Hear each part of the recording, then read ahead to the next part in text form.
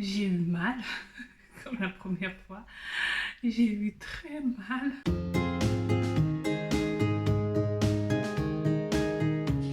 Hello à tous, j'espère que vous allez bien. Bienvenue dans ce nouveau vlog. Aujourd'hui, nous sommes jeudi 22 avril et c'est aujourd'hui que... Donc là, je suis déjà prête. Donc c'est aujourd'hui que je vais enlever le cerclage. Donc on a rendez-vous à midi pour le décerclage. Donc là il est déjà 11h20. Je me prépare à partir. Désolée pour le bordel dans la chambre. Donc je me suis réveillée très tard, donc j'ai pas eu le temps de me préparer. Disons de ranger et tout. Donc là je porte ma robe boue et le soutien-gorge. En fin de compte j'ai décidé de garder cette robe. Donc voilà. Donc pour le décerclage, je suis partagée entre deux sentiments. En même temps, je suis contente d'être arrivée jusqu'à maintenant là, sans contraction et tout machin, disons sans accoucher avec le cerclage en place. Et en même temps, je suis un peu paniquée parce que la dernière fois, c'était pas une partie de plaisir. Clairement, ça faisait mal. Ouais. On m'avait dit que ça allait être désagréable, mais j'ai eu mal. Heureusement que ça dure pas longtemps, ça fait à peine 5-10 minutes. Donc 10 minutes peut-être même c'est trop. Donc voilà, ça fait quand même mal parce qu'il n'y a pas d'anesthésie, c'est juste une salle et on te coupe les fils.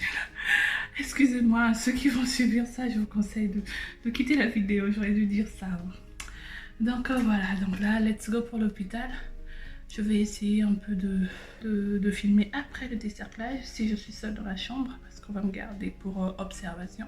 Si je suis pas seule, bah, je pourrais pas filmer, mais je vous donnerai. Je vais faire mon rapport après, je vous dirai si cette fois-ci c'est toujours pareil comme la première fois ou c'est mieux ou c'est pire. Donc voilà, donc à tout à l'heure. Je suis à l'hôpital dans la salle d'attente.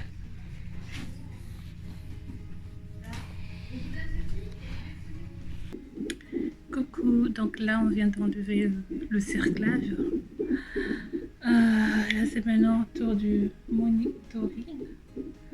Donc voilà, on va regarder pendant 30 minutes parce qu'après le décerclage, il faut toujours regarder pour vérifier si l'intervention n'a pas déclenché des contractions qui vont pousser à l'accouchement. Donc voilà, bref. Je vous expliquerai ça tout à l'heure en rentrant. Comment est-ce que ça s'est passé. Donc voilà, j'ai 30 minutes de monitoring et j'ai ce petit bouton que je dois appuyer tout le temps à chaque fois que je sens bébé bouger. Donc 30 minutes de monitoring à l'hôpital. Je crois que je vais faire un petit dodo parce que je suis fatiguée. J'ai pas bien dormi. De toutes les façons, ces temps-ci, je ne dors pas bien. Donc à la fin de la grossesse, en général, on souffre d'insomnie, on a du mal à dormir. C'est comme si on se préparait déjà à la naissance de bébé aux nuits blanches. Donc voilà, je vous dis à tout à l'heure.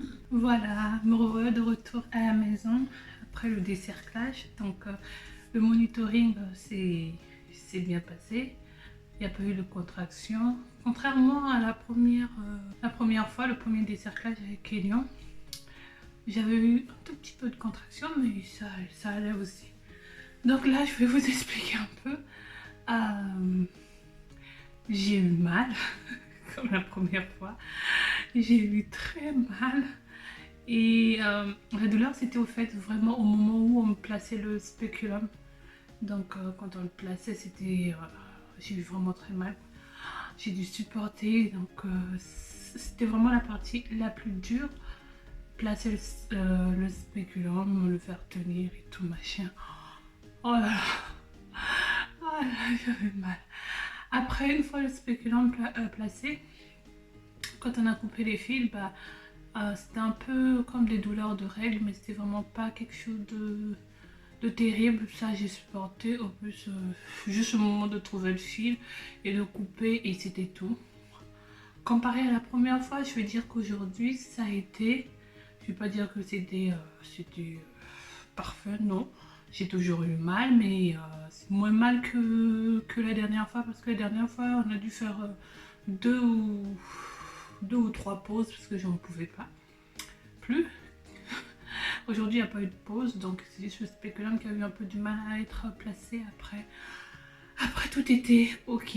Donc, quand on a fini ça, on m'a mis dans une chambre et on m'a placé le monitoring. On a pendant 30 minutes, on a vérifié les contractions, tout était ok, donc parfait. Donc on peut dire que le compte à rebours a commencé maintenant.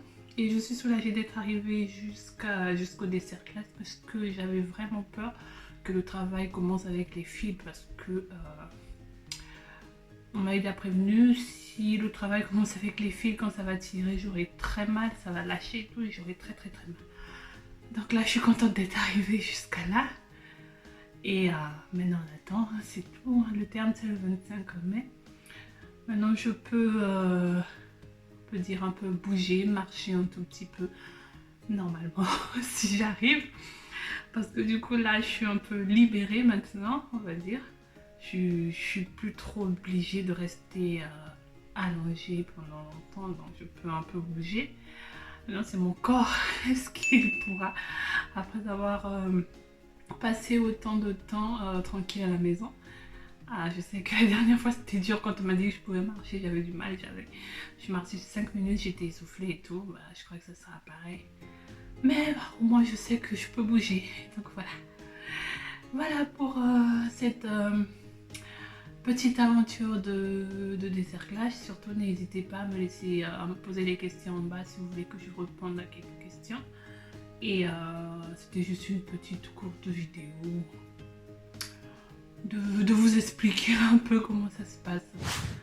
Et j'espère que la vidéo vous a plu. Je vous fais de gros bisous. Et je vous dis à la prochaine pour une nouvelle vidéo.